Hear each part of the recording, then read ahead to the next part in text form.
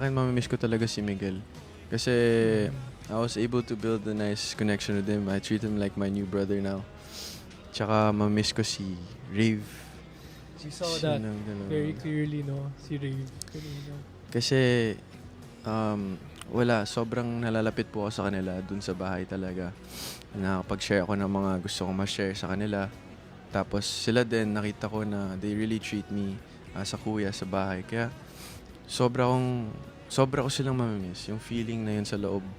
I feel like hindi, sabi naman ng mga house guests namin lagi, hindi na mababalik to.